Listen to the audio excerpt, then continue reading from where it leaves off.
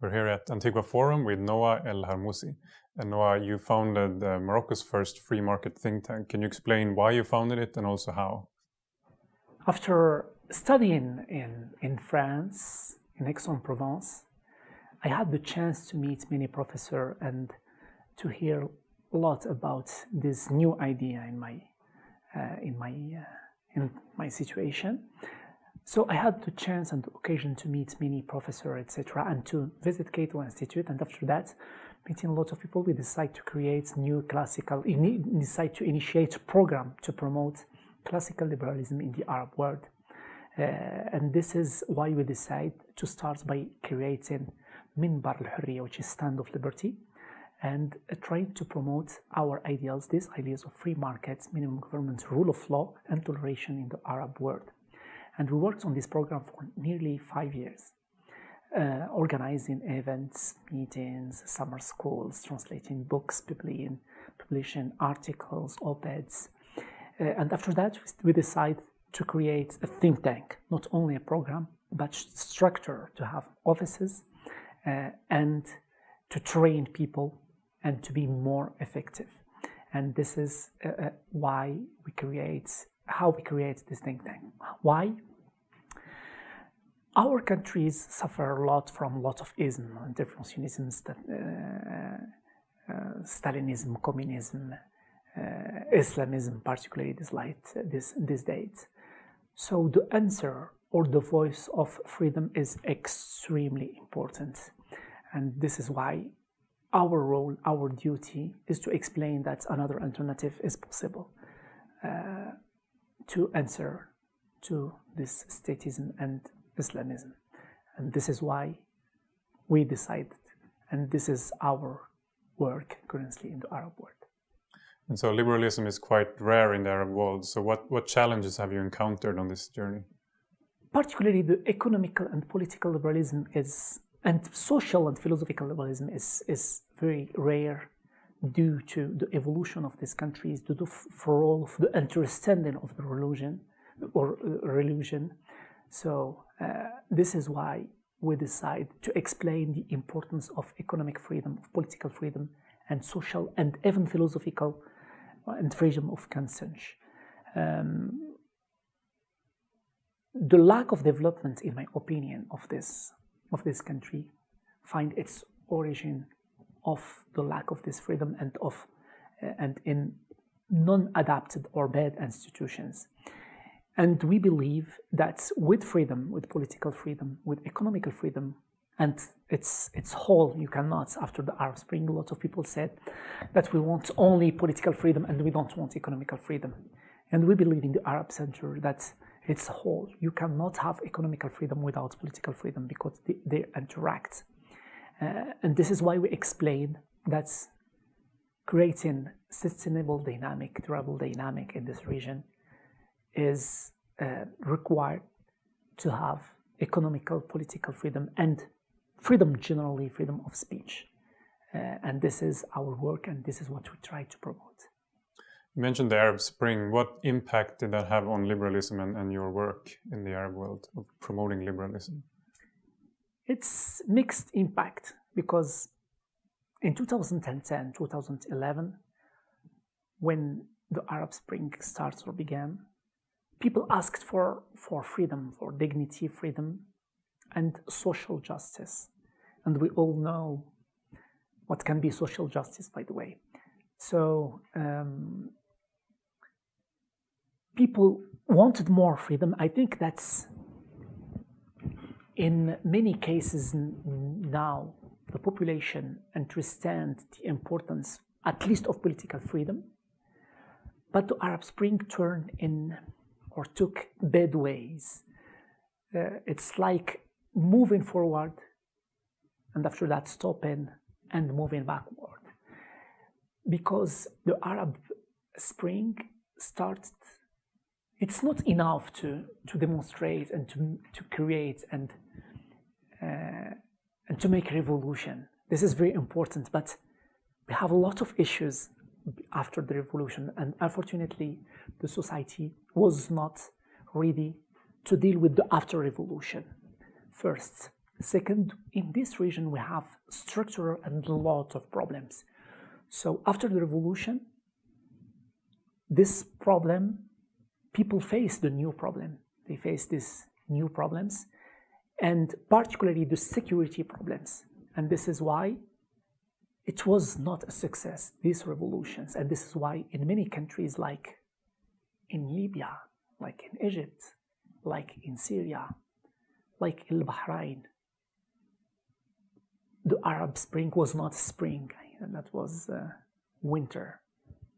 And people now, in this climate of fear, they prefer, unfortunately, security and dictatorship than the chaos created after this Arab Spring, because the alternative was not prepared, because the civil society was extremely weak. Because of years of dictatorship, they killed the civil society, or they weakened the civil society. So when you create revolution, we need alternative. Who propose alternative civil society? When the civil society is absent, you don't have alternative. So civil society absent and a lot of violence. People prefer to go back to the dictatorship. So we understand the importance of freedom, but let's keep in mind, between chaos, violence, and freedom, the normal human being will ask for dictatorship and for security. What do you think that the people and reformers in the Arab world can do to use the energy of the Arab Spring and to promote liberalism? What do you think needs to happen now? Very good question. I think that's the reformer. I will talk about the classical liberal reformer. I think it's extremely important, first of all, to build strong civil society. Because this civil society, the state cannot create wealth, or at least cannot create sustainable wealth. So our role, our duty is to build strong civil society. This civil society will be able to defend their rights, their natural rights, and will be able to negotiate with politicians and to propose alternatives. Without this civil society, we will depend all the time on the state. So our role is to build it, if not to create it. And in the Arab Center and with many partners, we work with the civil society and we try to find entrepreneurs of freedom and create them through our websites, our videos, our training, our summer school, and our meeting with them. So I think it's extremely important to build this civil society first. Second, to build the culture before talking about freedom, of toleration, which is one of the principles of freedom. This is one of our vision. In our countries, this is extremely important to explain, or to make people understand that the different, even if he is different, we need to accept him. We don't have to kill him. If I'm Sunni, I don't have to kill a Shia or Shiite. So I need to tolerate him. I need to accept the diversity. After that, when we accept the diversity, we can cooperate. We can collaborate in a peaceful way. And after that, we can build the state. Before that, we cannot bring the institutions from Europe or from USA and try to implement them in this region. It will not work. We have the example of Afghanistan. We have the example of Iraq. We put lots of money. We bring democracy, etc. But it does not work. We need informal institutions that will accept these formal institutions, which is democracy. So our role is to work on informal institutions and to work on civil society and to explain the importance of toleration and the importance of freedom. It will allow us to create society and to create development and wealth. And during the Arab Spring, you went to Cairo and you addressed the protesters on the Tahrir Square. Can you tell us about how you got that opportunity and also what you told them? During the Arab Spring, particularly after Tunisia, the population in Egypt wanted to demonstrate against Hosni Mubarak. So our duty as classical liberal is to be there. People went to the street to ask further for their rights, for freedom. So as think tank, we want to be there to talk to people, to explain the importance of freedom, to explain the state failure, to explain the trait of religious, and how with freedom, how with toleration we can build strong society and build and have developments. So we decide to organize during this sensitive period conferences, meetings, talking about what are the principles of free society. We organize that during the day, and after that with many colleagues we decide that was Friday, and every Friday, and you have 1 billion of person demonstrating, etc. And during this Friday we said, okay, let's join the demonstrators. And we were walking with many colleagues, among them Professor Tom Palmer.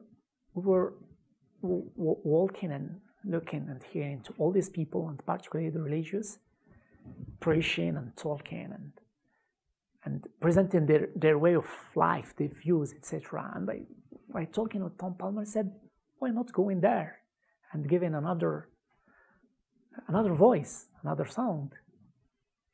A friend of us, a colleague and friend of us, her name is Nancy Ibrahim. She works in BBC. I told her, I would love to give speech to these people. Can you help me? Definitely, it's easy for her to go in because she is a journalist, and they will listen to her, etc. And she told me, okay, let's do it. And she talked to them. We waited nearly for 45 minutes, and after that, they accept to give me the floor, and I explain to nearly 1 billion people the importance of freedom, the importance of rule of law. And unfortunately, I was right when I told them, you have two threats. First is military, and the second is the Islamists. I told them that. Fortunately, I'm still alive, but as classical liberal and how we work, we don't insult. I did not insult. I say it in a diplomatic way, and I show a lot of respect to these people. But we deliver our message of the importance of freedom, and freedom is always threatened and will be threatened by military, by Islamists. You're also promoting freedom through the Summer Freedom School. Can you tell me a little bit about what that is and how it got started? When we want to promote our ideals, we ask ourselves what are the best tools to do it. And when we want to find entrepreneur of freedom to help us, unfortunately, in our region, used to hear only conservative speeches, we did not find them. We did not find a lot. So, two options. Start crying and say, no one is here, we'll not do anything. Or the second option is to create them. So we decide to organize meetings, to organize activities, conferences, etc. And this is the theoretical scientific part.